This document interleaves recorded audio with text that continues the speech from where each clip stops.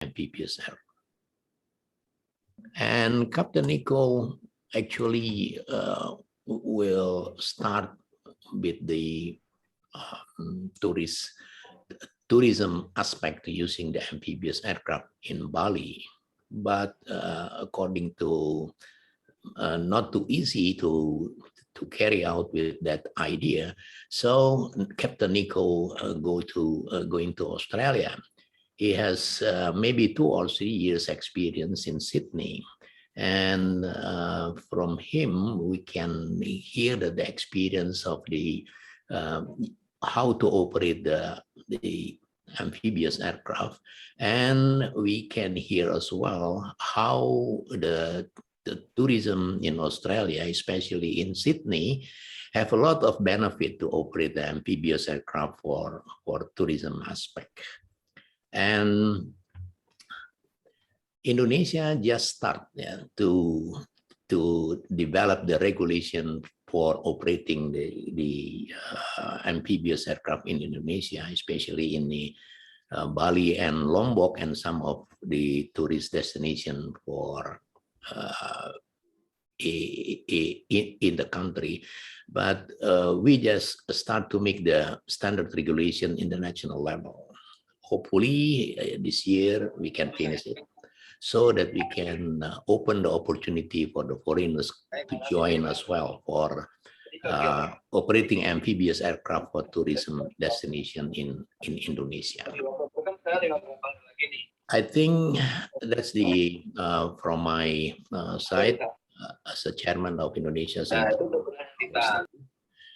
And maybe moderator can give the opportunity for Captain Nico Faber to sharing his idea, his experience, and anything that maybe can will contribute to us. So the regulation that in the process in the Department of Transportation can also have input from Captain Nico on how to make the regulation may be easy to be implemented. All right. Thank you for Captain Nico to coming here, and thanks a lot for everybody to participate in this occasion. Silakan Pak Moderator. All right. Thank you very much, Marshal Cepi, for your opening and a few things about the seaplane history in Indonesia. And that's right. A few years ago, Captain Nico, who is an amphibious pilot in Australia, is wanted to open up seaplanes opportunities in Indonesia. And this was hampered by several things, such as including poor laws and regulation. And here already exists from the Directorate of the Airworthiness and Aircraft Operation. And maybe later it can also provide a response as a regulator. But before we continue, we welcome to Captain Nico. I respectfully to welcome. Please, Captain Nico, the time is yours. Go ahead. Sorry, untuk teman-teman semua nanti apabila ada pertanyaan silahkan ya, bisa bicara dalam bahasa Indonesia, bisa bicara dalam bahasa Inggris. Nanti kita bisa sama-sama membantu untuk mendapatkan informasi yang kita perlukan dari Captain Nico. Alright. Terima kasih. Okay, sorry. No worries. Okay. All right, go ahead, Captain. Yeah, thank you. Thanks for inviting me. So the idea here is for me to share the experience I have. So you mentioned before 2 or 3 years, but it's more 4 or 5 years. I've been in Sydney. Now I've moved back to Bali, and I'm doing back and forth to Sydney to fly for Sydney Seaplanes and do some consultancy also. So I see, first thing I wanted to say, I see you mention everywhere and every time you speak amphibious pilot, which is, I guess, because you are more interested in amphibious planes. But the main thing is seaplane for Indonesia, yeah? And then rather it's straight floats or amphibious will depend on what will be the usage you want to do. Because in some destinations, for instance, you will not need amphibious planes. You can just be in some places where you only need straight floats, you land, you go to the bays, drop off the passengers and go for another destination. At the end of the day, you just leave the plane, put it in a hangar and then clean it, and that's finished. You have some seaports, you don't need a runway, that's my point. So amphibious, yes, but amphibious not at all costs. As I said the other time when we had this conference on seaplane development also, the main issue with amphibious aircraft is the landing gear, all the maintenance that goes with it, all the parts that go in those repair floats. Repair is the main manufacturer for amphibious floats, yeah, and they are a big issue because they use a lot of metal and different types of metals that do not go in salt water. Salt water, hot plus humidity is terrible for all this assembly. And they are used to Canada or other destination where they use planes. Like I went to Seattle to fly with the plane you see in the back for me. They land, okay, they fly above salt water. Some of the destinations, a lot of destinations are on salt water, but at the end of the day, they land back on a lake, freshwater lake. They take the plane out, clean it down, and it's finished. They have almost no corrosion, or it will take maybe 10 years to have some corrosion in what we call the bird cage, which holds the engine, for instance. Whereas in Australia or in Indonesia, I assume, it would take maybe 2 years to have the exact amount of corrosion they would get in 10 years. So this is a very big point you have to take into account. And what we don't always think, but if you see, if you have the opportunity to see a takeoff of a Cessna Caravan, for instance, when it's fully loaded, we have 3 caravans in Sydney, and when they are fully loaded, in summer, it will take so much and so long to take off all the spray. The water goes in the back, in the tailplane, and all the structure. Then the water goes into the cell, and that's a big issue. So this is a very big point, and that leads me to another thing. When you do a seaplane business, or you want to open up a seaplane operation, flying is the last thing. It's very easy to fly, I would say. Once you know what destination and where you want to go, it's no problem. The main thing is to have a structure, and seaplane operation, commercial seaplane operation, would work exactly as a commercial operation would work. Actually, you will need a structure with like a chief pilot, safety manager, a head of aircraft airworthiness and maintenance control, and then pilots and everything. So you need a full structure, yes, and work like just an airline or just a commercial operation. So once this is the heart of the operations. Now, after that, you decide where you want to land and you choose the destinations. But again, you don't need so much infrastructure. Seaplanes are very easy, and I will share my screen at some point to show you some of our destinations. We have maybe 50 different destinations, but most of the time we go to 5 or 6 restaurants. We drop the passengers and come back after to pick them up. Some areas are in confined areas where you have to steep turn and land into wind, or sometimes you don't have the choice. You can't even really land into wind. So there is a cutoff of max tailwind you can take off or land and all this. But this is because we do a survey of the areas, which we call ALA, so approved landing areas, yeah. And well, that's the whole idea with the seaplane. You can go in some places where choppers wouldn't go because they cannot land. It's too narrow, or they don't have the platform to land, and it's too expensive, too noisy, etc., etc.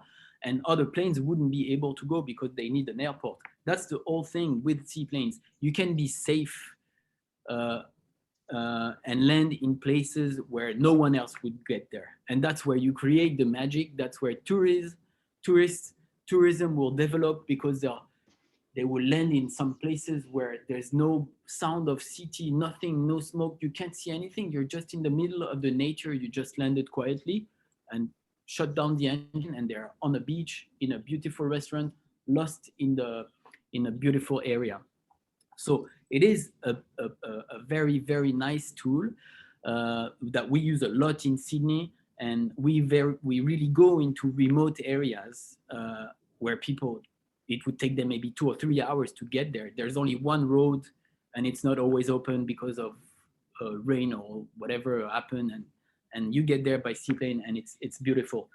But flying, as I said, is the last link of the chain of command. I would say all these items I mentioned are crucial to a safe operation. Yeah, and I remember when I first consulted Chapi Hakim about this seaplane business we wanted to open back in 2011 or 2012. I remember. We had issues because of some regulations, because there were no one or before doing it like we wanted to do it, like really sightseeing and short distance flyings. And since no one had done this job before, the regulations were really hard and the requirements were not in line with what seaplanes are meant to be done. Like seaplanes can land, you land into wind with a slight crosswind, and you can just need just a small platform to disembark. You don't need two boats plus a ramp plus etc. etc. That's for airline. That's for bigger plane on the land. Seaplanes are very easy, and I'll show you the. Actually, I can show you. Can I share my screen, moderator? All right. How can I share my screen to show some? I will show some landing areas. How we do our landing areas. All right. Okay, you can share your screen now. How do I share? I go. All right. Can you? Yeah. Okay. Sure. Sure. Okay. Share. Let's see how it You works. cannot share, you can take over, Nico. Uh, I already make you as a co-host, Captain Nico. one second. Do you see anything now? Or? I haven't seen it. Okay. So yep. Please okay, try again. Not yet. Not yet. He's left. Or maybe Captain Nico will be rejoining soon. All right.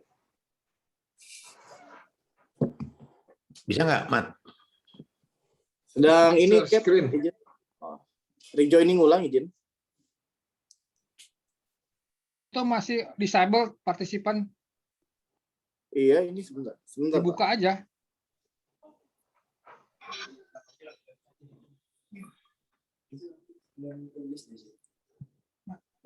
Disable aja. Oh, Yeah. Can you hear me? All right, I can hear you. Please, you can share your screen now. Okay, I can now. Sorry about this. Belum bisa. Bisa. Oh, Sebentar. bisa. So can you see what I'm doing now on the screen or? Not yet. Not yet. Di-enable Pak Rahmat. Ini masih disabled nih Pak. Oh yeah, this one. Okay, I can do that. Now you can. Ready. Yes. All right, please, Captain. Good. Okay. So I'll show you this here.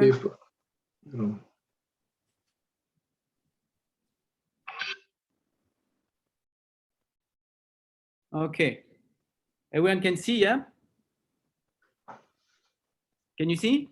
Yep. Yeah. Okay, so this is a very simple landing area. So here you can see the mouse also when I move the mouse. Yeah. Okay, so the green area is where we are. Yeah, I can see it. Okay, is where we are supposed to land, yeah? So the approach path would be this line, black line here, and then you decide to land here.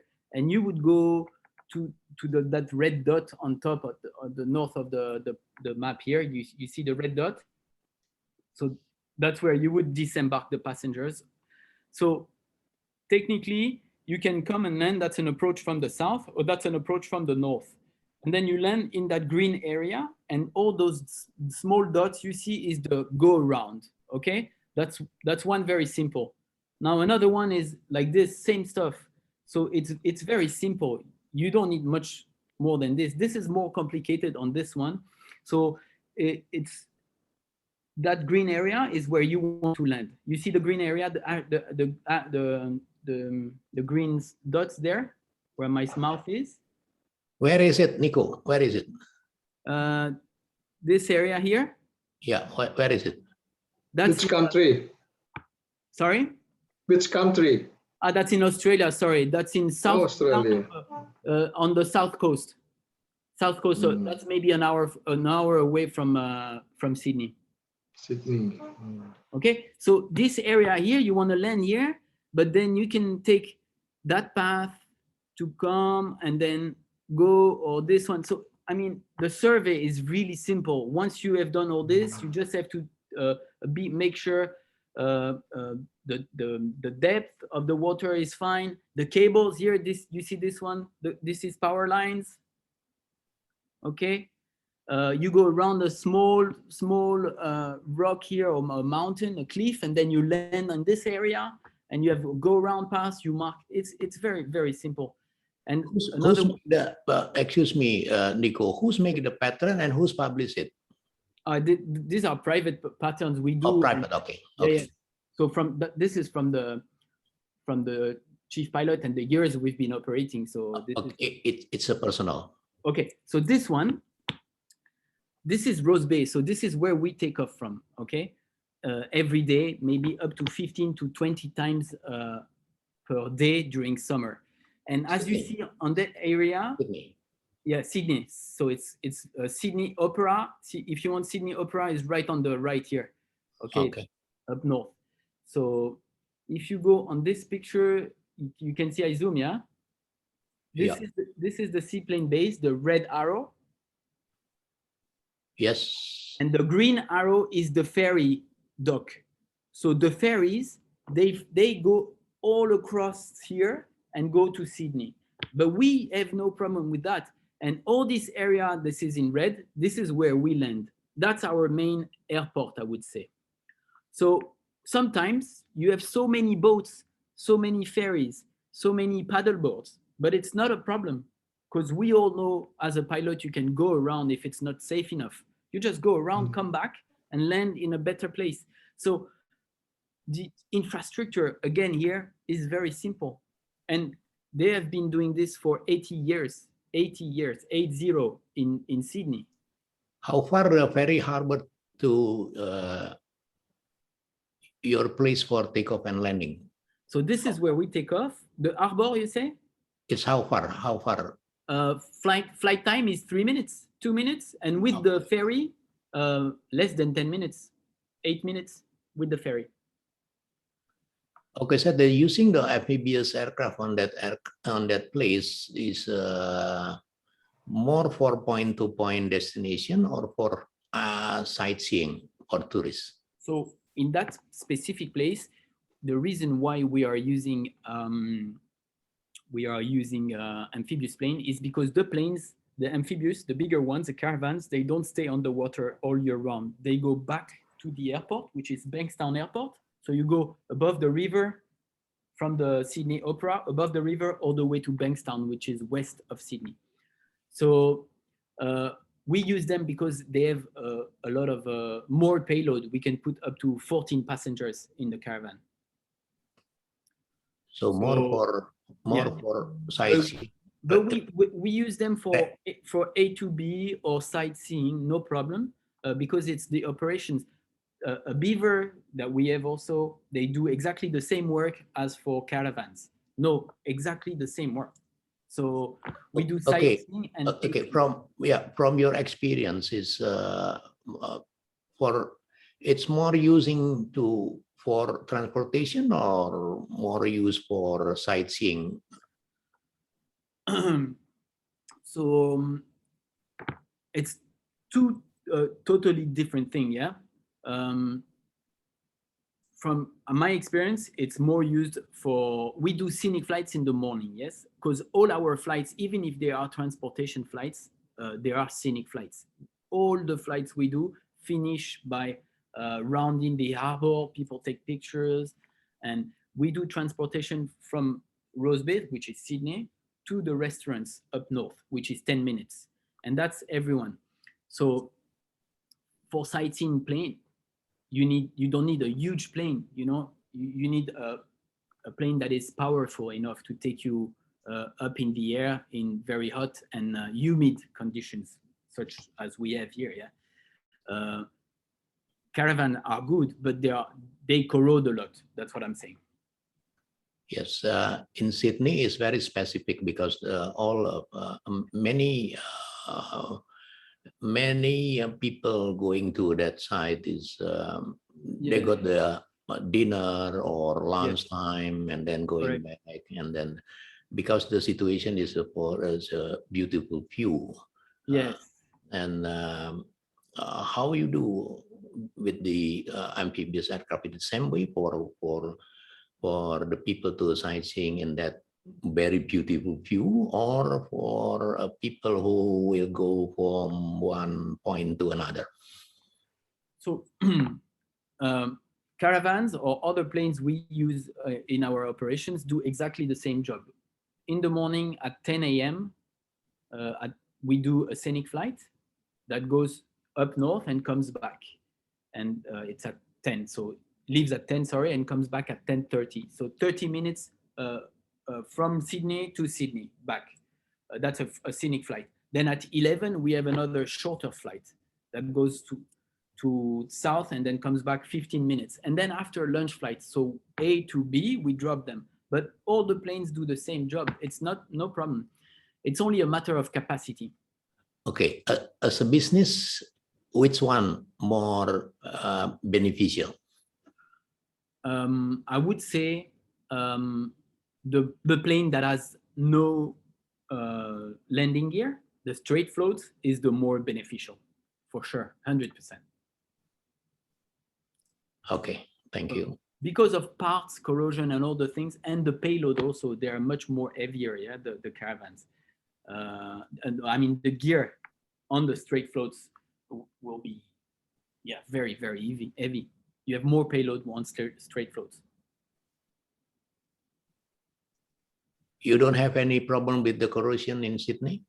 We have a lot of corrosion, but the good thing is they fly every day back to Bankstown, and then we clean them and treat them for everything. But there is a lot of corrosion. Yeah, that's my point. That's what I was saying.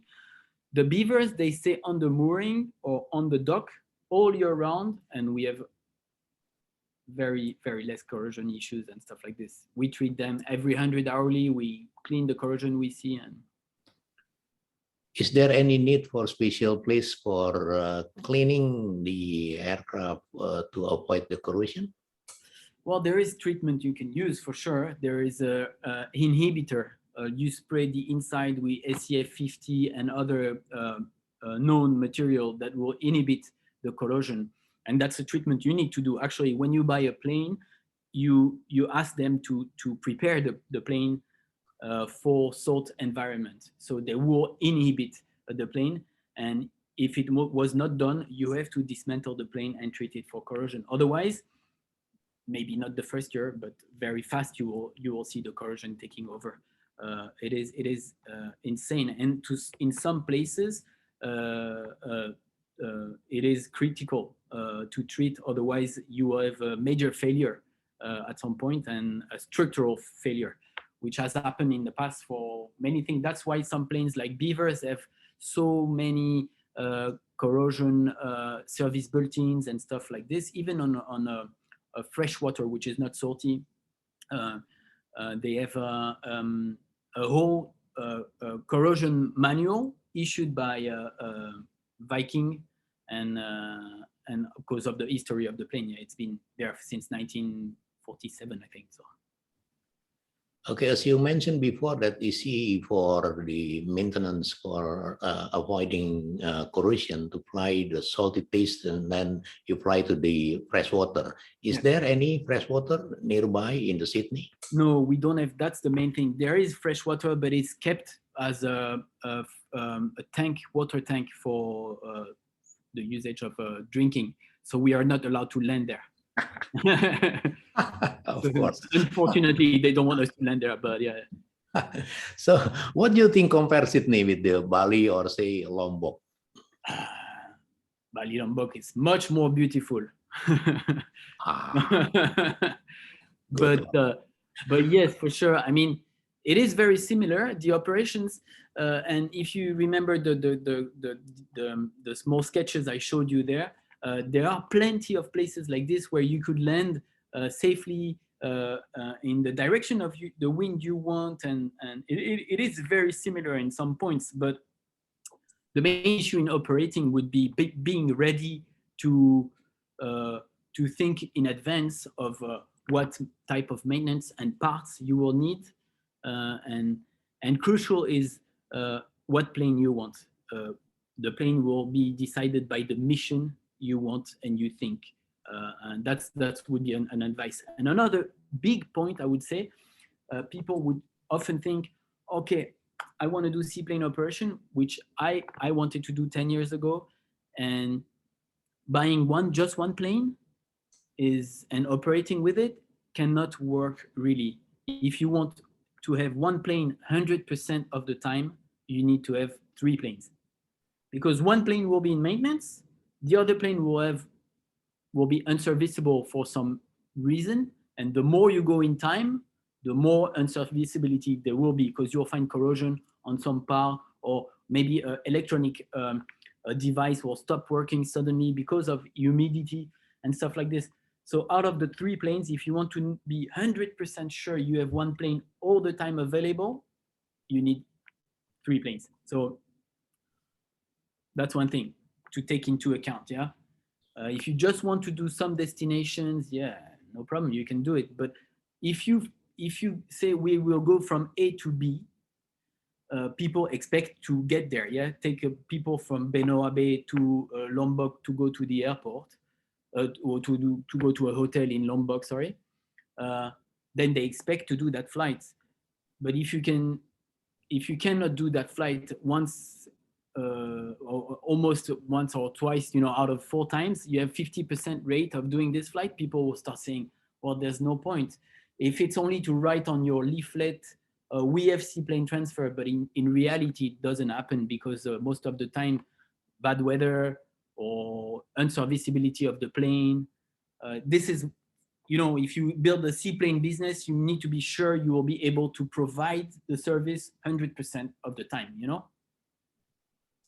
Okay, thank you, Nico. Present with us here is Captain Novianto, the chairman of the Research and Development Department of Transportation, responsible to prepare the regulation of the seaplane in Indonesia. Maybe he can, he will ask you several questions. I do believe that. Kapten Novianto, kalau ada pertanyaan, bisa ditanyakan sekarang ke Pak Nicholas. Captain Novianto, Captain Novi, mungkin monitor Cap. Lagi, Pak. Siapa, Pak? Terima kasih. Sementara belum ada. Kami juga masih double meeting dengan yang lain. Saya monitor, Pak. Untuk regulasi 2 minggu lagi kita serahkan kepada Biro Hukum. Selanjutnya Biro Hukum akan mengkonsultasikan ke Kementerian Hukum dan HAM untuk selanjutnya uji publik, Pak. Siap. Demikian update dari Kementerian Perhubungan. Oke. Silakan moderator, tadi teman-teman dari Kemhub mungkin ada yang mau bertanya. Silakan.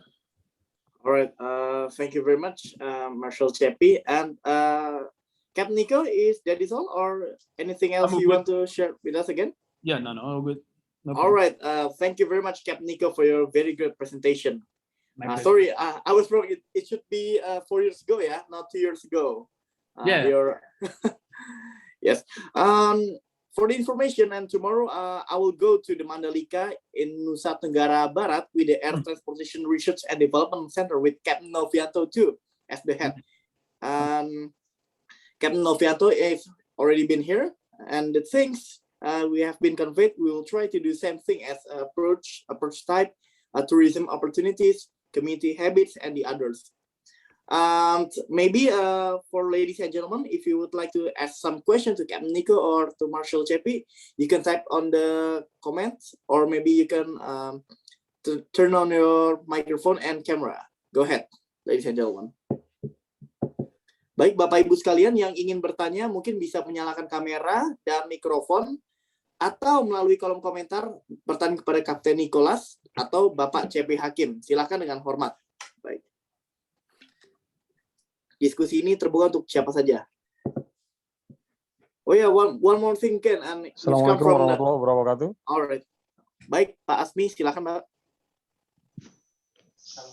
Selamat sore semuanya. Ya, saya Azmi Jalal dari Deputi Operasi Airnav Indonesia di JATS. Sangat tertarik dengan diskusi ini. Yang ingin saya tanyakan kepada Pak Cepi, Kapten Niko, terkait sama Seaplane. Seperti kita ketahui, kita ada namanya istilah KKOP. Artinya di sekitar bandara untuk yang sipil itu pasti ada batasan ketinggian. Nah, untuk nanti atau normally di negara-negara yang sudah menggunakan seaplane, apakah juga itu dilakukan? Kemudian yang kedua yang ingin saya tanyakan adalah apakah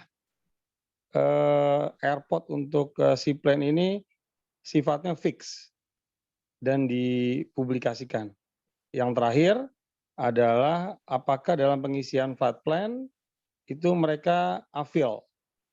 Afil artinya begitu dia mau terbang, dia anytime dia bisa, tinggal dia report melalui radio, tidak mengisi flight plan seperti halnya yang normal pesawat-pesawat sipil. Demikian untuk sementara, terima kasih. Assalamualaikum warahmatullahi wabarakatuh. Waalaikumsalam warahmatullahi wabarakatuh. Baik, terima kasih Bapak Azmi atas pertanyaan sangat luar biasa Pak ya. Maybe Captain Nico, you can answer for the question. Do you copy for the question? Terjemahin, udah diterjemahin. Sorry? Tadi nanyanya bahasa Indonesia, bahasa Inggris ya? Bahasa Indonesia Pak. Masih diterjemahin deh kayaknya. Bisa bicara bahasa Inggris, bisa. tapi Oke. belum bisa mengerti semua ya. Ini maaf ya. Oh ya. Just a quick resume of the question that would be nice. Okay. He was asking about aerodrome areas kan, aerodromes. Yes, I understood that. Yes. If it about can the flight plan. Yes. How to fill the flight plan for the seaplanes? So, seaplane operations. Again, I will compare with what we do in Sydney, but I'm pretty sure it could work easily with Indonesia. Also, is first we operate from 0 to 1,000 or 1,500 feet. Yeah. So we are under airline. Yeah. So very low. 0 to maybe you can repeat. Sorry. 0 to 1,000 or 1,500 feet. Only 1,500. Yeah, no, max. We never go above. All right. Okay. Not higher than that, yeah. Yeah. There's no reason why you would go more higher unless you are going. Yeah. I don't know, but our operation, because it's scenic flights, you don't have to go higher than this. So that's one thing. So you don't go in the way of big airlines. So we don't file flight plans. Very rarely flight plans because we are outside controlled airspace. So we broadcast our intentions. So you mean? All right. Sorry, Captain Nico. You mean that there is any block altitude for seaplane? Is that right? No block here. You mean the highest altitude is only 1,500 feet? You mean like that? Yes, correct. Correct. We are above the Sydney Harbour at 1,000 feet. And then we go outside to the restaurants at 1,000 again. And sometimes we have to go above a mountain or a cliff that is 500 feet high. So we keep 1,000 clearance. So that's 1,500. But that's what we do. Okay, Nico. Pak Azmi asked you about how you see the safety region according to flight operation in your area.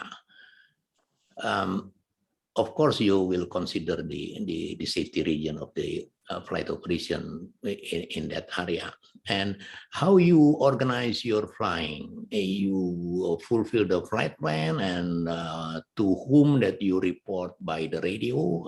Are there any air traffic control or local air traffic control over there, or to air traffic control as a part of air traffic control in north of Australia? In Sydney, in Sydney area. Jadi teman-teman semua ini kita belajar sama-sama ya, nggak apa-apa ya, kita mau bahasa Inggris, bahasa Indonesia nggak apa-apa. Pak Niko juga bisa bahasa Indonesia nih. Yang penting kita sekarang topik bicara tentang tadinya kita tentang sejarah ya, sejarah amfibius. Maksudnya sejarah amfibius itu begini, dulu kita banyak menggunakan, sekarang enggak. Itu bukan di Indonesia aja, tapi di tingkat dunia pun begitu. Dulu lebih banyak digunakan, sekarang tidak begitu banyak. Dan berkembangnya itu sekarang justru ke pesawat-pesawat yang kecil-kecil, yang dikatakan sebagai seaplane itu, yang penumpangnya memang cuma sedikit-sedikit dan lebih kepada lokal flight aja. Dan itu yang terjadi. Dan karena sekarang pemerintah kita hendak meningkatkan pariwisata dengan menggunakan juga amphibious aircraft, sehingga kita memerlukan juga bahan-bahan, karena Kementerian Perhubungan tengah menyusun regulasi, untuk kita bersama-sama berkontribusi supaya regulasi itu bisa cepat, dan orang-orang seperti Niko ini juga bisa banyak datang. Jadi Niko ini dari 2010 atau 2011 dia datang ke Indonesia, dia ingin berkontribusi di bisnis seaplane dalam tourism sebetulnya. Dia mulai di Bali. Dia tinggal di Bali sekarang sama keluarganya karena dia melihat Bali itu fantastik ya. Kalau dengan Sydney itu nggak ada apa-apa. Tadi dia juga bilang ya. Jadi dia lebih besar hasratnya itu di Bali dan Lombok dan beberapa tempat di Indonesia.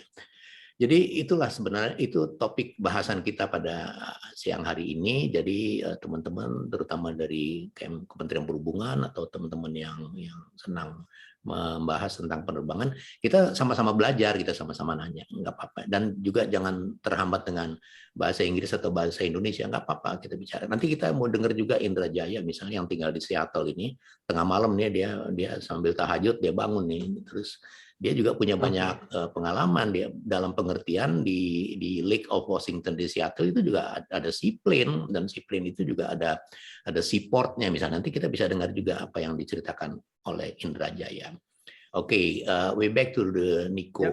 So how you consider the safety region for your flight operation on Sydney, and to whom you make the report, position report to the control tower, or to whom you do that? So we want to know about that, how to organize the local flying like that. If you said already that the top altitude are only 1,000 and 1,500 feet, or whatever. Go ahead, Nico. Okay, so basically, once we take off, we broadcast. So we just say our intentions in Rose Bay. Okay, so there are in which frequency, Nico? It's a dedicated frequency, which is for a Romeo area, which is a restricted area. Are on the charts. Restricted red, so only seaplanes and choppers can enter this area, and this is the Sydney Harbour area. So you just transmit. There's no interaction at the beginning. Communication. At the beginning, we transmit, and other planes or choppers in the area are aware of your intentions, and so they know where you are. So that's the beginning of the flight. Once we exit Sydney Harbour, you enter into you go on the FIS, the Flight Information Sector, frequency, and you can get in contact with the controller, but we never do so. And you broadcast, you still give your intention on that frequency, and the controller doesn't answer. He's only in contact with airline, but he knows what you are doing, and he doesn't issue you a clearance. They let you do whatever you are doing. Because you're from 0 to 1,000 feet, they don't care, but they know what you are doing. In terms of safety, we give a search and rescue time to our dock people, the people that dispatch the plane from the dock. And you say, okay, so it's 11 now. I will close my flight with you or with someone at the office at 11:30. So at 11:30, if you haven't called, they will call you and say, where are you? And you said, I'm just arriving now, and you close your flight plan. That's for safety. So in case you don't show up or you don't call back in 15 minutes after that, there's all the search and rescue plans that will get into the process. So in this case, the Australian Aviation Authority know exactly what the activities of the flying operation in the Sydney Harbour area between 0 until 1,000 or 1,500. They know. They notice it. Yeah. And they don't. You are not in contact. Sydney Harbour is very tight, very small area. Yes. Yeah. And it's only allowed for chopper and seaplanes, which is basically professionals, commercial pilots. So they all know what they are doing. So when a chopper is here, he tells you I'm on the east side, and then we keep it's a VFR rule, so we keep the spacing. Yeah. See and avoid. It means there is no air traffic control, special air traffic control on that area. There is no air traffic control operator. And we are very, very close to Sydney Airport. Very close. That's the reason why we are not allowed to go above 1,000 feet. Otherwise, we would be into controlled airspace. Okay. After a while, if you fly over 1,500 feet, you have to report to Sydney. Yes. You have to ask for clearance to go into the airspace, and then. But there's no reason why you should do it. The only times I have done it, it's because of weather. So big clouds, and I need to go above the cloud. I call them due to weather. They allow me to get into the airspace. So there are special publications for the rules of the game for flight over Sydney Harbour. Yes. So this zone is called Romeo 405. So R405. And it is published as specific for seaplanes, and all the radio, everything is published in the AIP. So all operator who will fly on that area have to know the publication from that. Yes, like in every like everywhere you fly for sure. So you are, and no one ever comes into this area if you are not allowed, because it's very, very tiny. I'll try to show you a screenshot of that area so that you understand better. Oke, gimana Pak Asmi? Masih ada yang mau ditanyakan lagi? Jadi kata dia nggak ada towernya, jadi cuma disebutin aja tuh restricted area sekian, area itu mereka adjust sendiri tentang KKOP dan mereka transmit personally aja, karena ada juga beberapa helikopter di sana. Tetapi kalau di atas 500 akan berlaku aturan yang standar. Ya, kalau saya dengar dari penjelasannya, it means itu ada area khusus ya. Jadi itu hanya untuk wisata. Seaplane itu mungkin bisa saya katakan hanya untuk wisata aja, di area wisata. Nah, bayangan saya tadi seaplane itu karena kita di negara kepulauan gini, dia bisa merambat kemana-mana. Jadi saya sih berharap banyak. Sebetulnya memang ini bisa kita kembangkan. Jadi tidak hanya dia di area aja, tetapi juga bisa kemana. Tapi ada koridor. Seperti ada koridor, kemudian ada rambu-rambu lain yang bisa membuat dia bisa terbang lebih dari sekedar di area. Karena itu mungkin akan sangat kita butuhkan. Tetapi kalau lihat dari penjelasan Kapten Niko tadi, apakah di sana juga diwajibkan untuk mereka memakai transponder atau ADSB? Oh iya, oke, thank you. Kemudian seperti as we know, normally the pilot when take off and landing they have to into the wind. So how you arrange take off and approach with that situation. Jadi bagaimana dia bisa menyesuaikan itu. Misalkan apakah dia akan landing itu, kalau normalnya kan kita ada dua arah. Kalau normalnya pesawat kita dua arah dari 180 derajat lah. Jadi berbalik arah. Nah, kalau untuk seaplane nih bagaimana? Kalau tiba-tiba itu kan juga akan membahayakan daripada pesawat itu sendiri. Demikian. Oke, Pak Niko, Pak Asmi asked you so that how you do landing according to the wind direction, so that you have to choose direction for landing. How you got the information to make the landing safely, because you said that the at restricted restricted area there is no tower operator, air traffic control operator. I mean that how you know, how you organize, how you make the takeoff and landing safely without the information from the ground, from the seaport.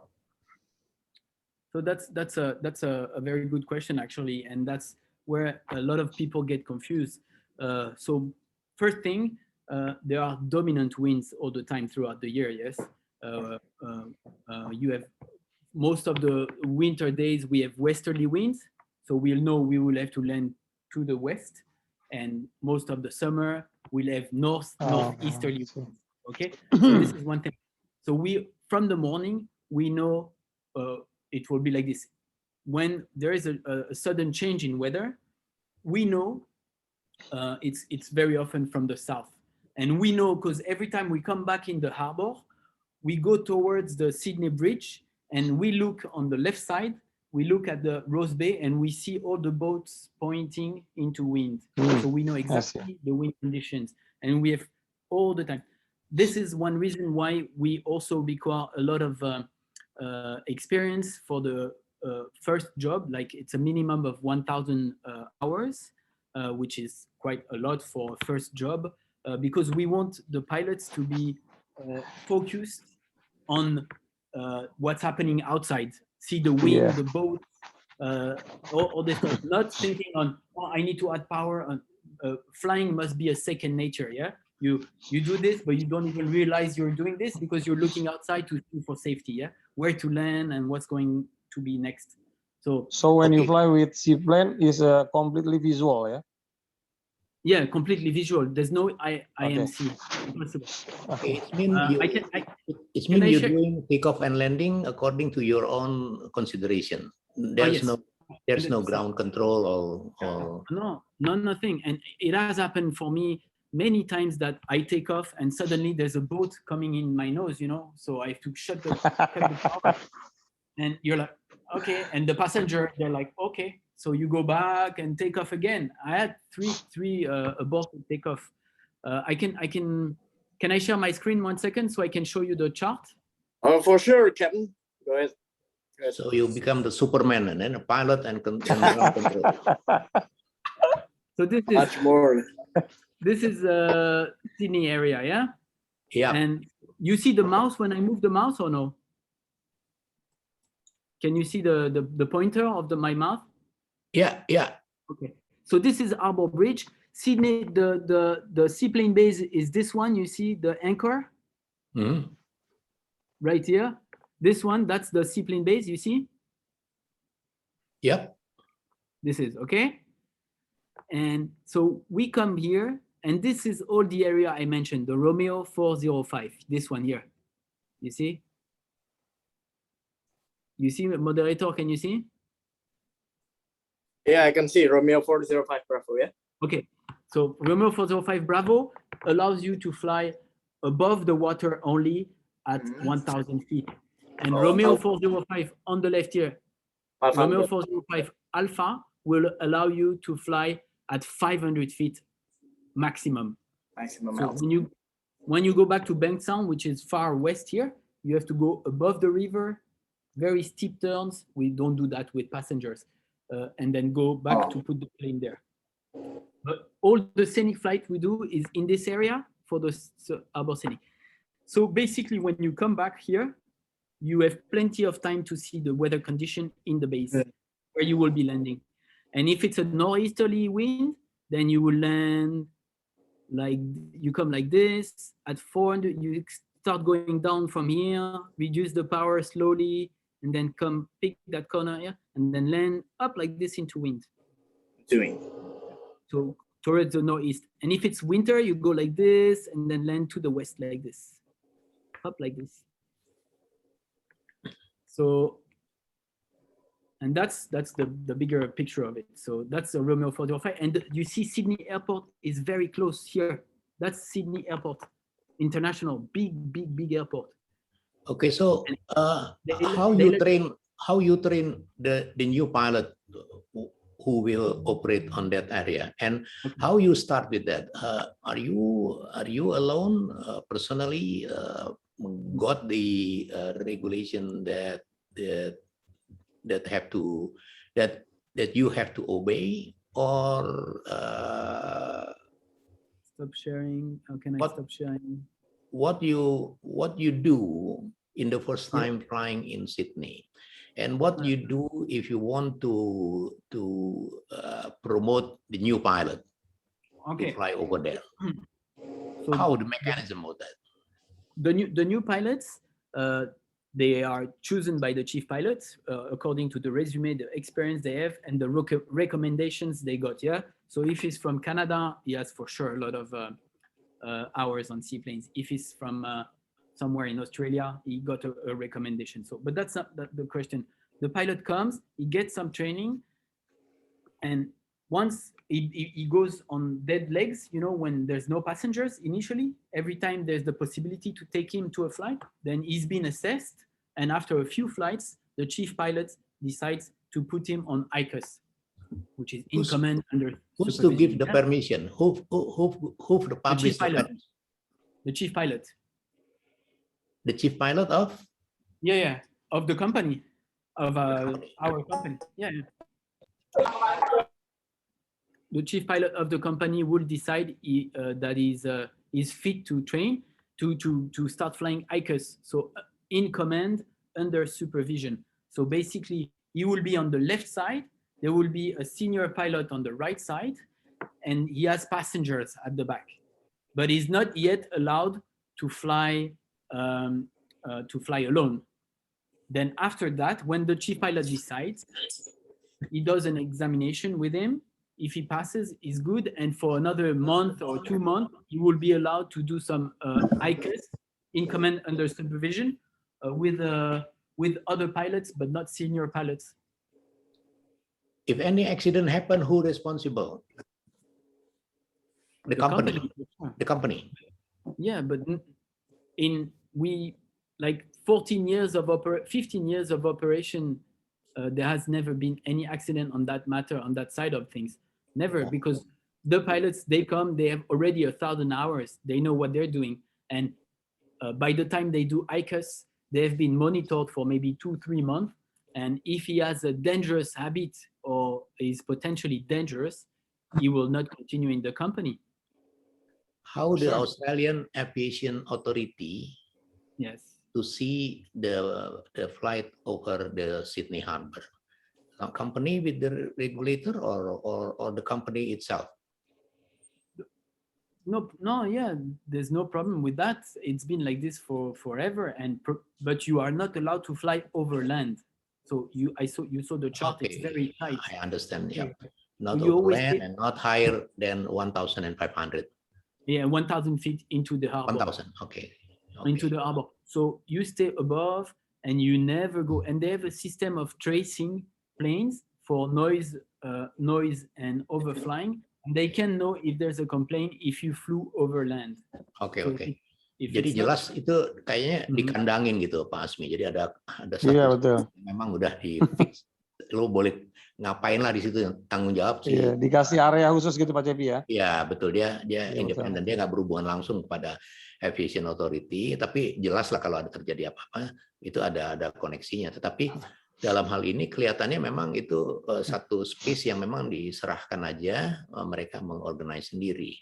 Tetapi ini agak sulit ya, karena kalau di Australia dia bisa bilang tuh tadi 14 atau 15 tahun sih nggak pernah ada accident ya. Jadi itu kan disiplin yang dituntut tinggi sekali terhadap aturan yang berlaku di sana.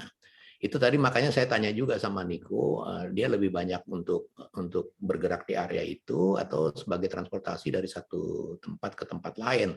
Betul. Nah, kalau di Indonesia mungkin kita akan mengembangkannya dari Bali kan bisa ke Lombok dan lain sebagainya kan, itu Ya, betul. utama dari penerbangan di Sydney Harbour. Saya kira I wanna begitu. add something. Oh, sorry. Siap. Sorry. Terima kasih Pak Ya, Cepi. Pak Niko, thank you. Thank you Pak Niko. No, my pleasure. I just want to add something. You said we didn't have any crash. We had one crash that's happened 3 or 4 years ago, but it's not related to training because the pilot was experienced, very experienced. He was maybe 10 or 11,000 hours on float planes, but it was a carbon monoxide intoxication. So nothing to see with the training. Oke, I understand. Thank you. Mungkin Pak Indra Jaya ada tambahan atau usulan atau apa respon, silakan. pertama di Izin Seattle. ya Pak. Kalau nggak ngomong kan sayang. Jadi saya lihat kalau Pak Kapten Niko ini kebanyakan untuk ini ya, joy flight ya. Jadi tourist destination. Sedangkan kalau memang di Seattle itu sekitar 15 menit kita bayar mungkin sampai $100 Pak untuk joy flight. Seputar Seattle di atas Lake Washington, terbang keliling, balik lagi ke Seattle yang di Kenmore yang di Seattle itu. Itu cukup banyak ininya, apa namanya, peminatnya. Di samping itu mereka juga melakukan apa ya, penerbangan katakan dari Seattle ke Port Angeles, Seattle ke Victoria, itu ya destination turis juga yang bisa disampai dengan pesawat amfibi. Nah, itu mungkin agak sedikit beda dengan situasi di negara kita, Pak. Kan kita memang belum membudaya ya. Mungkin hanya a certain destination like di Bali maupun Raja Ampat. Nah, sehubungan dengan N219 ini memang tantangannya cukup besar karena kita kan juga sedang mengembangkan N219 amphibious, Pak Niko. So we have some kind of like restriction that because not really in the very low tide. So usually they have a high tide, not more than 1.5 meter. The amphibious can be landing in the resort or sea harbor. So the challenge in Indonesia, we want to use the N219 as to transportation from point to point. Like in Riau, they said that they have around 380 seaport. Yeah, so that's why I mean, if you can share how, because if you just flying over the lake in Sydney over there is like no challenge, but the challenge is the one that we landing in the very difficult situation that have a high tide and something like that. That's my question. And then the second thing is regarding how to get the pilot rating, because when we are in the process of developing the amphibious for the N219, the problem is how to to certify the pilot that approved to fly the amphibian. They said they have to have some kind of like CPL, PPL, and after that they have to go to a certain course in Spain that they can certify to flying the seaplane or amphibious. So do you have any suggestion or any idea how we can certify the pilot? This is a challenge also for the N219 when we yes. So for sure it is a big question, because technically if you have a PPL or CPL, you just do 5 hours in Australia, 5 hours, and you can have a seaplane rating. Oh. But with 5 hours, you will not get a job.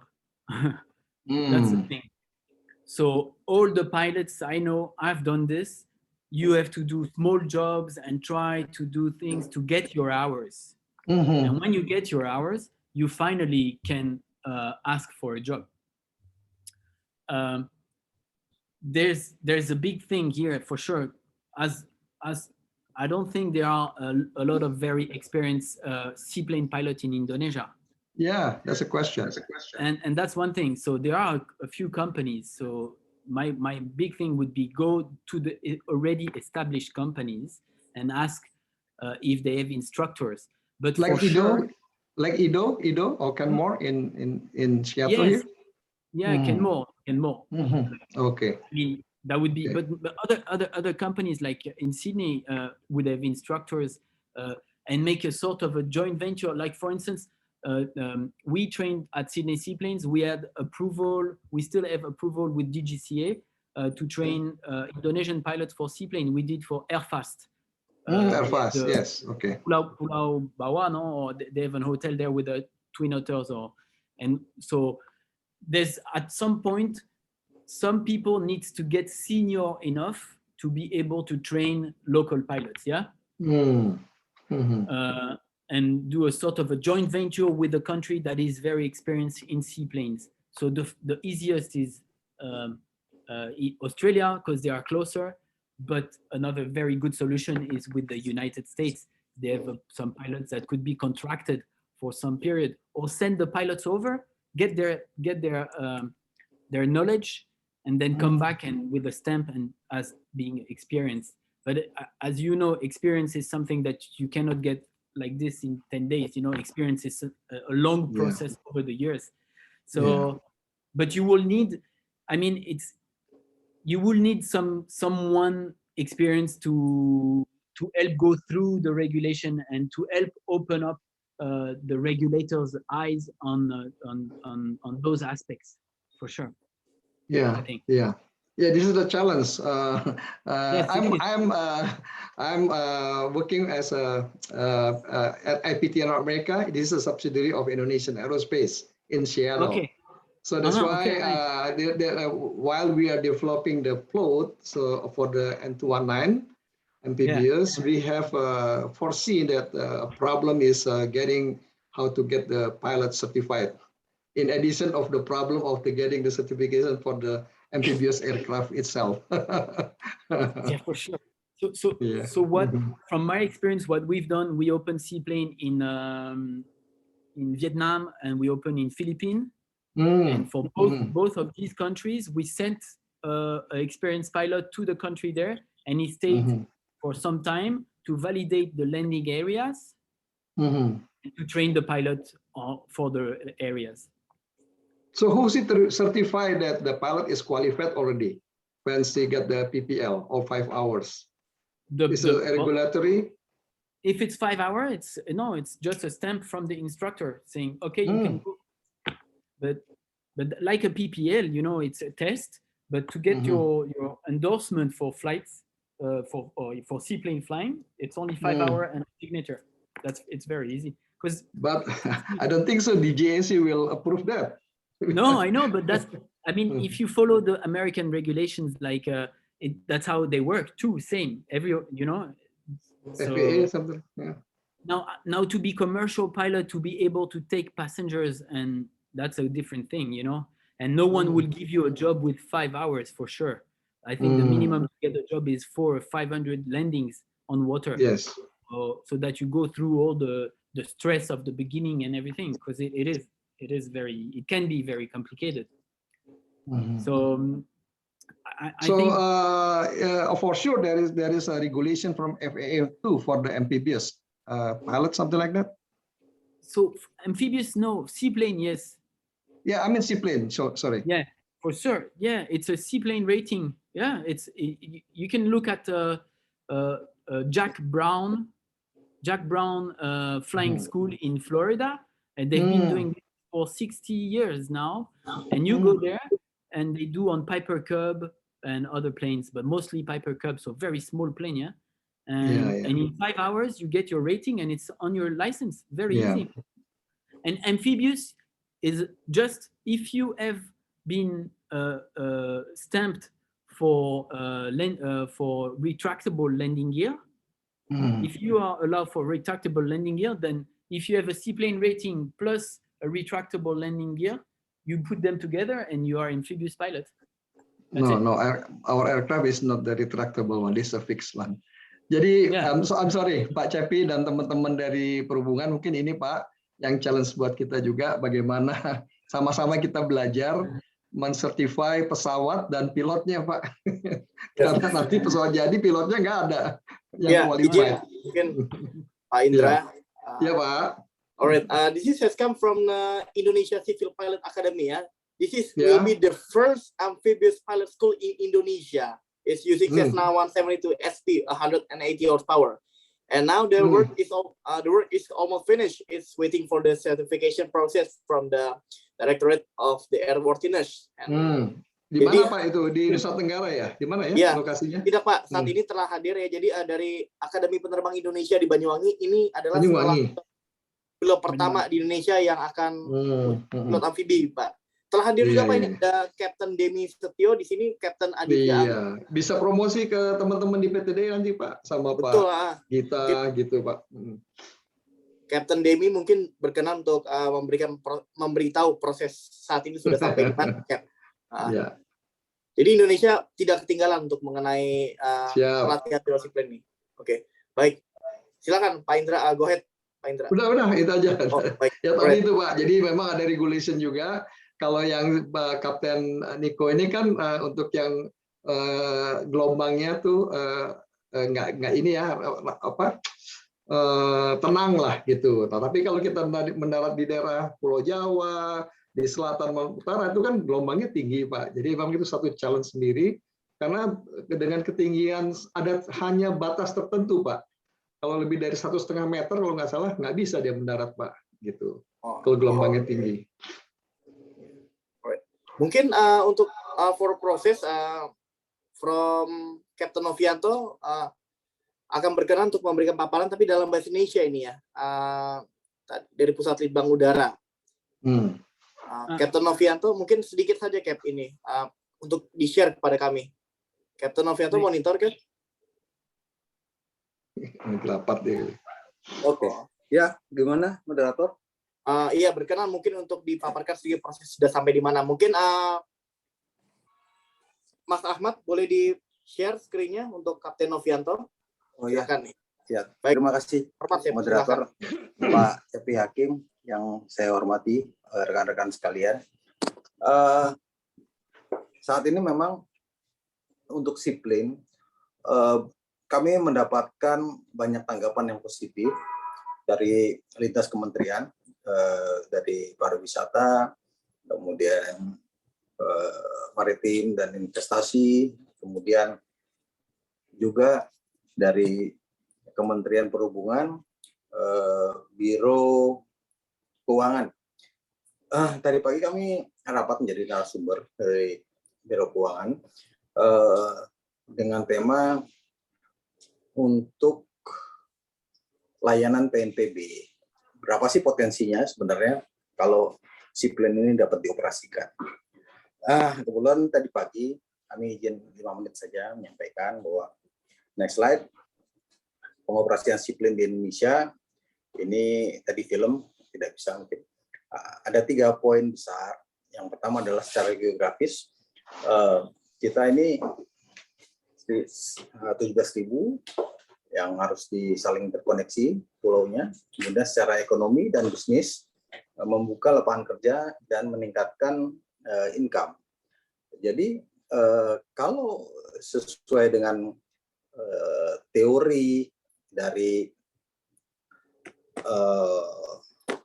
Oxford bahwa bisnis penerbangan itu dengan 10% meningkat konektivitas, maka akan membawa kenaikan 0,5% dari PDB. Ini yang harus kita pahami juga, bahwa saat ini operator hanya 3 dan 4, Pravira, Airbus, dan Mission Aviation Fellowship. Kemudian secara itu dia beroperasi di Sungai Kahayang di Kalimantan. Ya. Kemudian secara global bahwa sebelum COVID dari sektor potensi ekonomi kunjungan turis mancanegara di Indonesia itu sebesar 18 juta orang per tahun di tahun 2019.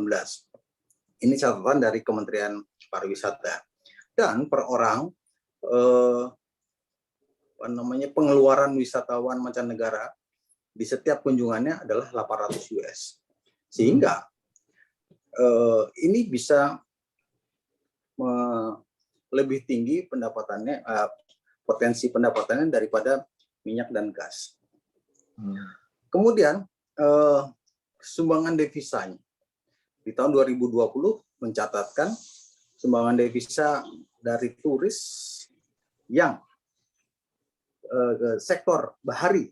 Ya, sektor bahari itu ada surfing, diving, cruising, dan yacht. Itu 18 triliun. Seaplane belum.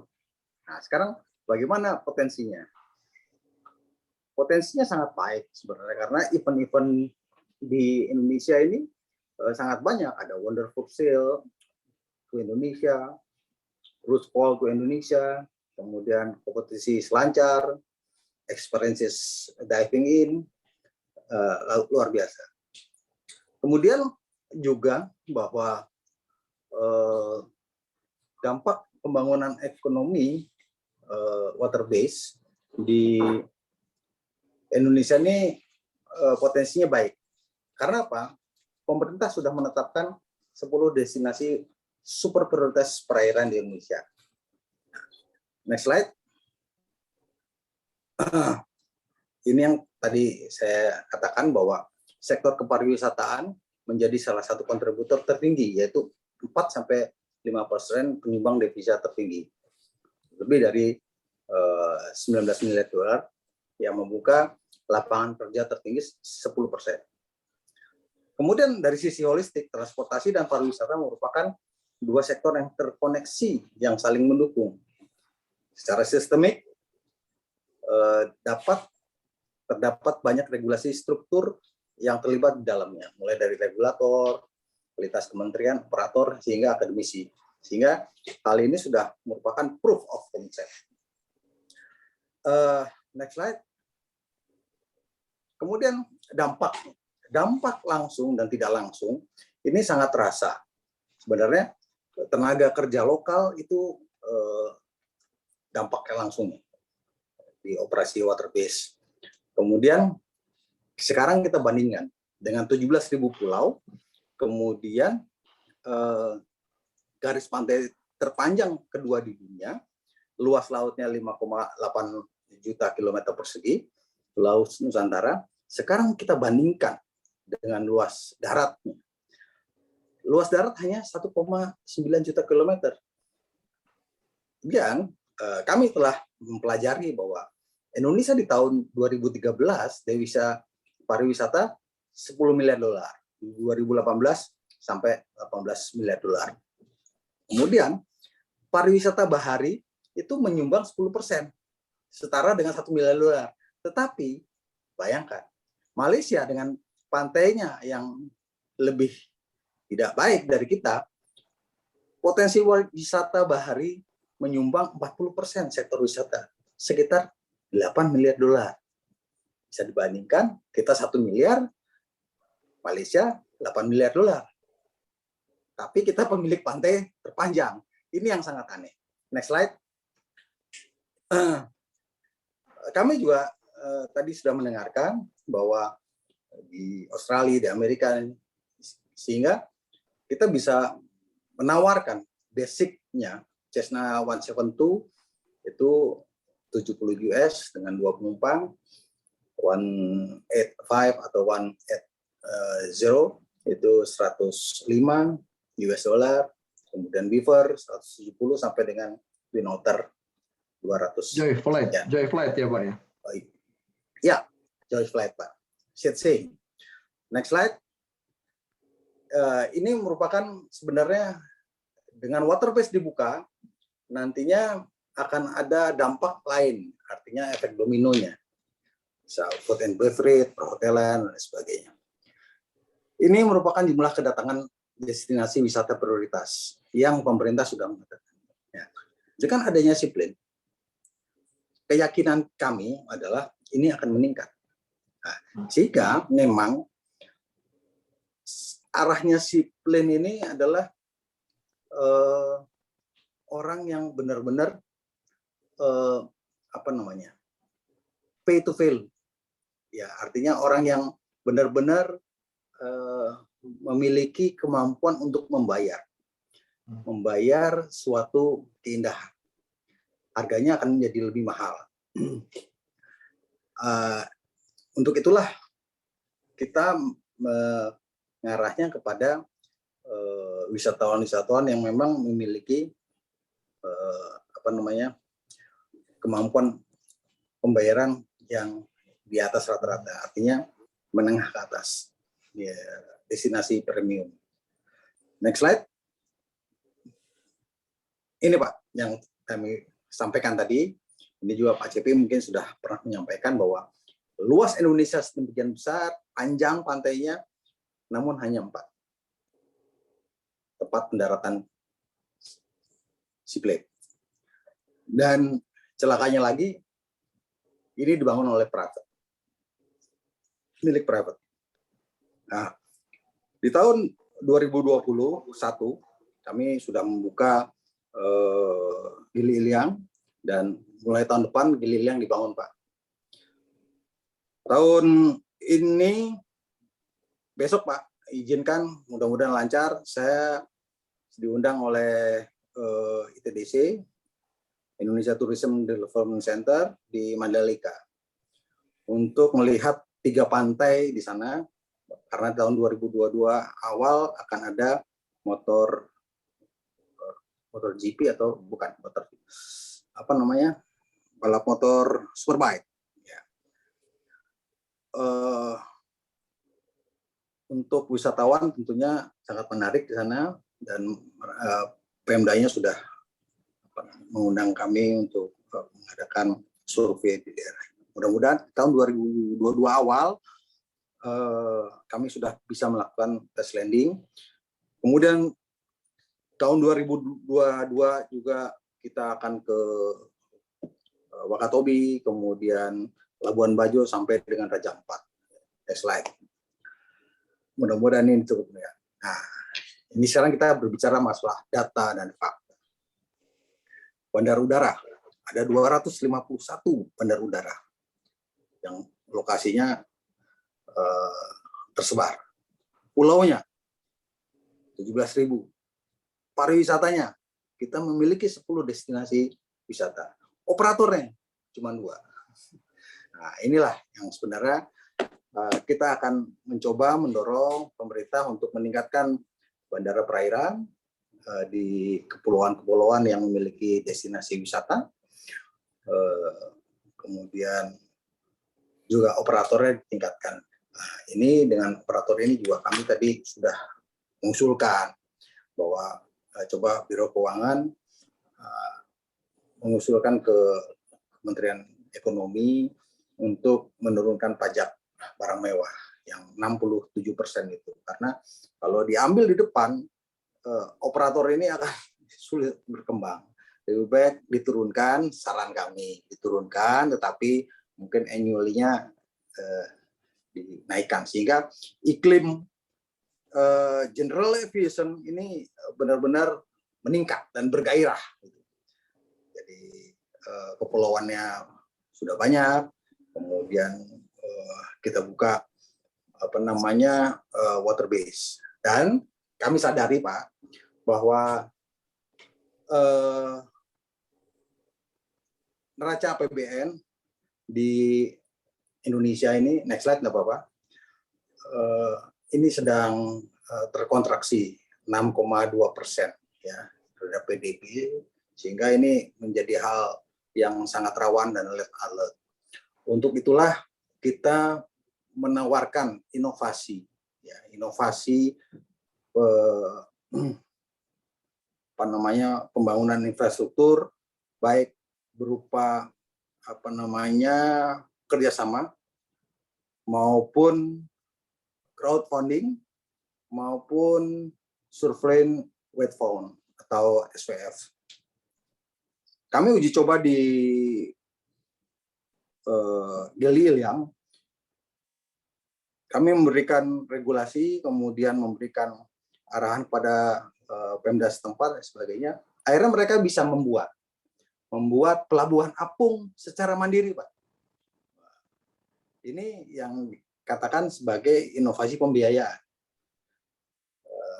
Artinya kita memberikan regulasi nantinya bagaimana cara membuat dan mensertifikasi itu, kemudian Pemda atau masyarakat bisa membuat apa namanya inovasi pembiayaan untuk pembangunan water base. Next slide.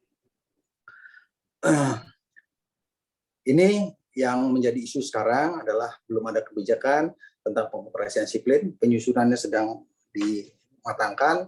Kebetulan Pak Cepi juga sebagai timnya. Terima kasih Bapak. Kemudian tanggung jawab ada di Kemenhub. Begitu juga pilot, tadi sudah dijawab oleh moderator, pelatihannya ada di API Banyuwangi, sertifikasi pilot juga 13 jam Bapak. Nanti menggunakan pesawat Cessna 172 SP, kemudian kesiapan masyarakat lokal. Ini yang penting. Karena sebagian pantai sudah banyak ditumbuhi oleh tempat penangkaran ikan ya, bubu. Kemudian juga sampah dan perahu tradisional bisa menjadi hazard. Jadi tugas kita nantinya mengedukasi masyarakat apabila ada suatu blok area untuk dijadikan area yang benar-benar safety dan secure untuk penerbangan seaplane. Saya kira demikian Bapak, sedikit paparan dari saya, mudah-mudahan bisa menambah wawasan kita, program seaplane dan waterbase ini bisa tumbuh dan berkembang di negara Indonesia. Terima kasih Pak Cepi. Amin. Terima kasih Pak Novi. Mungkin sedikit saja terakhir secara singkat nih. Ini dari API Banyuwangi mungkin ada, kami boleh tahu sudah sampai di mana proses pengembangan pesawat amfibinya ya, Papa Kilo Alpha Papa Hotelnya. Mungkin dari API Banyuwangi secara singkat ada yang memberi tanggapan dari API Banyuwangi, Kapten Aditya atau siapa mungkin? Baik. Mas Demi mungkin biar lengkap ada waterbase-nya juga. Ya, dari Kapten Demi Setio Nugro Wiyo Harikusumo, mohon izin. Baik, Kapten, silakan dengan hormat. Ya, terima kasih Mas Rahmat, Mas Moderator. Ya, Bang. Izin menjelaskan sedikit mungkin kurang lebih pekerjaan yang sedang kami lakukan di Banyuwangi. Pertama dari modifikasi pesawat, ini posisinya sekarang sudah selesai dimodifikasi, sedang menunggu proses penerbitan CFA dari modifikasi yang baru. Yang kedua, terkait water aerodrome itu sendiri, kami sekarang sedang menunggu hasil perizinan dari KKP. Mungkin kalau di Sydney seperti yang dipaparkan sama Kapten Nicholas tadi agak sedikit mudah ya. Tapi di Indonesia tuh karena yang punya kuasa kegiatan laut itu ada di KKP, sekarang posisinya kita harus minta izin ke KKP itu sendiri. Dari KKP, setelah selesai kita akan melaksanakan proses perizinan lingkungan. Untuk water aerodrome sendiri, dari pihak KLHK itu menunjuk bahwa kita perlu menyusun UKL-UPL, tidak perlu AMDAL. Karena area lokasi penggunaan bangunannya itu tidak sebesar bandara pada umumnya, jadi hanya sekedar kajian saja. Untuk yang ketiga, terakhir kita sudah melakukan kajian teknis dan operasional terkait pengoperasian seaplane itu untuk menjadi dasar sertifikasi di bandar udara. Kurang lebih seperti itu. Mas Rahmat? Baik, Kapten. Ya, baik. Terima kasih Kapten Demi atas paparan yang sangat luar biasa, Cap ya. Semoga API Banyuwangi menjadi sekolah pertama yang dalam mengoperasikan seaplane di Indonesia dan dapat menghasilkan pilot-pilot yang sangat luar biasa seperti Kapten Demi dan rekan-rekan semua. Baik. Izin Mas Rahmat, mungkin bisa saya agak tampilin sedikit ya. Oh ya, boleh nge-share nggak? Share picture. Baik. Baik, Kapten Adit secara singkat saja, Cap, karena waktu yang sudah terbatas. Silakan. Oke. Yap. Mungkin izin bisa share screen secara singkat aja. Iya, share screen-nya bisa dibuka? Boleh, sebentar, Kapten Adit.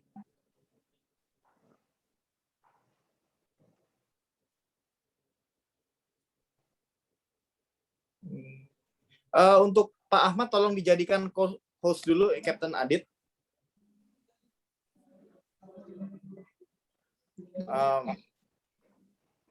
Ya, kebetulan ini izin menyampaikan Pak Rahmat, Kapten Novi, Pak Cepi Hakim, and Mr. Nicholas Weber.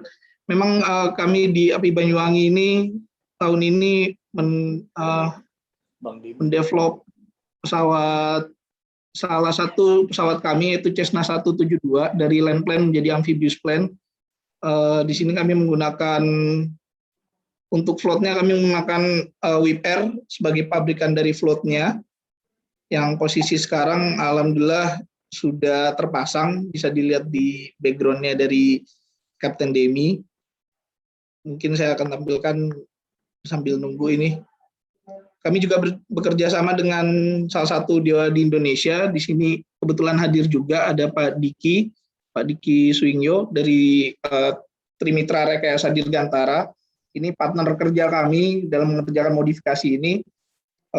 Kebetulan kami menggunakan STC dari Wip Air untuk slotnya. Dan posisi saat ini sudah terpasang dan rencana di bulan Oktober akan dilakukan functional test. Itu sih yang dapat kami sampaikan untuk mewakili Banyuwangi, dan semoga bisa di tahun depan untuk trainingnya sudah bisa dimulai untuk yang kelas ratingnya. Punya simulator ya Pak ya? Iya Pak. Punya fasilitas simulator juga? Simulatornya sementara kami punya yang land Pak. Yang untuk yang Seaplane ini masih akan kami kembangkan di tahun depan mungkin Pak, izin. Iya, iya. Pasti akan banyak Pak nanti Pak. Siap. Harapannya begitu Pak, karena melihat potensinya memang dari pariwisata juga mulai didorong, baik untuk Lombok dan juga wilayah timur Pak. Baik, Niko bisa jadi instruktur nanti gitu. Ya. Captain Niko ya, bisa. You can be instructed then. Yeah. Now, just to say something on flight simulation.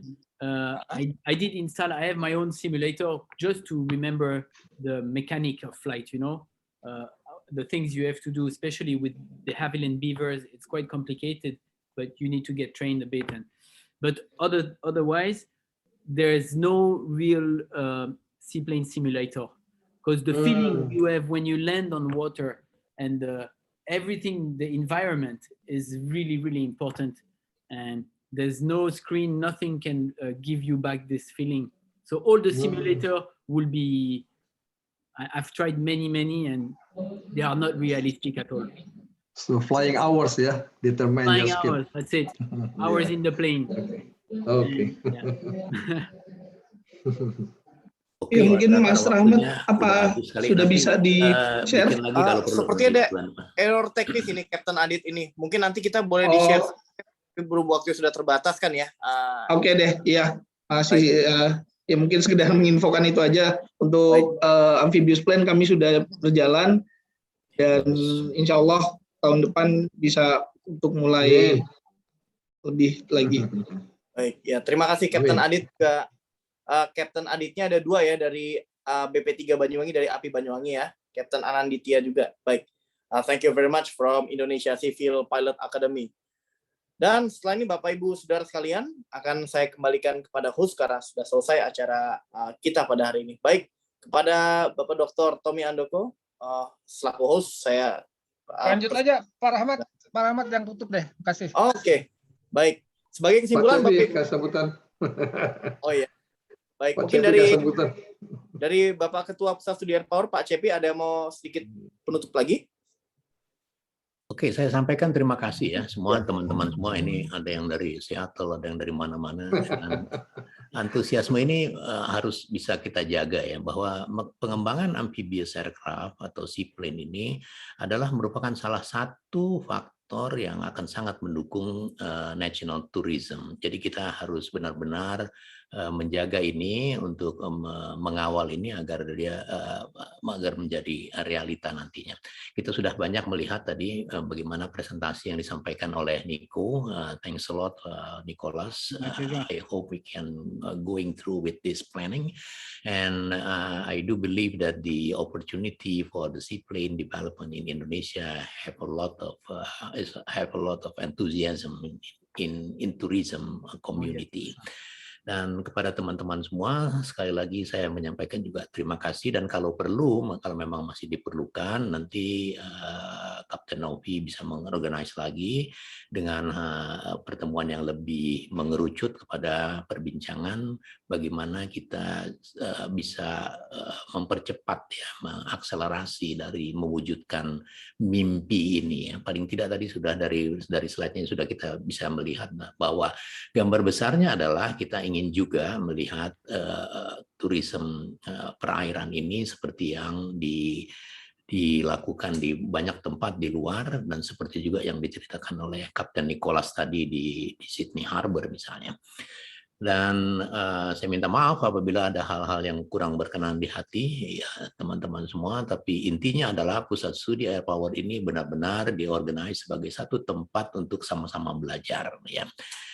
Ke depan nanti kita akan banyak juga mengundang teman-teman yang bisa memberikan kontribusi dalam pengembangan national air power di Indonesia. Pesan saya adalah kita mungkin perlu juga sekali-sekali dengan masyarakat internasional, dan saya mengharap kita nggak usah ragu dalam menggunakan bahasa Inggris, karena bahasa Inggris bukan it's not our mother tongue ya. Jadi selama kita bicara dan mereka bisa mengerti ya kenapa enggak kita tetap if we talking about aviation, we talking about internation, so that we have going through that. Dan jadi kita belajar. Demikian yang bisa saya sampaikan. Terima kasih Pak Tommy dan Pak Moderator dan Bapak-Bapak sekalian, teman-teman semua. Selamat sore. Selamat sore. Sore, Pak. Selamat sore. Terima kasih, Kep. Foto bersama. Oh iya, foto bersama. Ya, Pak Ahmad mau izin bantu untuk difotokan. Is that the Kodiak background? We have to make the documentation for this. Do you have a Kodiak? Do you have a Kodiak background on the back? That's Kodiak single author in single author. I'm sorry. Yeah, single author in Seattle. Seattle, yeah. Yeah, the one they use, yeah. Merci beaucoup, Nico. Merci beaucoup. Avec plaisir. Di mana dia Pak Nico ini, Pak Cepi? Kenapa? Di mana? Where do you stay, Nico, right now? Dia sekarang lagi di penjara, dia di karantina. Saya di LP. Internet kan, Pak? Ya, saya Alhamdulillah. Dia baru datang dari Perancis, jadi masuk karantina sekarang. Dia 2 minggu mungkin. 2 minggu. Oh, gitu. How long, Nico? 8 hari, katanya 8 hari peraturan barunya. Kementerian Perhubungan. They said I have to stay 2 months. I said it's okay, no problem. Ini Bapak Ibu sekalian mau izin kita berfoto bersama? Izin untuk foto bersama. Baik. Ya. Izin 1, 2, 3. Siap. Mantap. Izin untuk yang bagian kedua, izin. Siap. 1, 2, 3. Siap. Baik. Terima kasih Bapak Ibu sekalian. Terima kasih. Salam sehat semuanya. Salam sehat. Salam sejahtera. Salam sehat semua. Assalamualaikum. Salam. Pak Cepi, salif ya.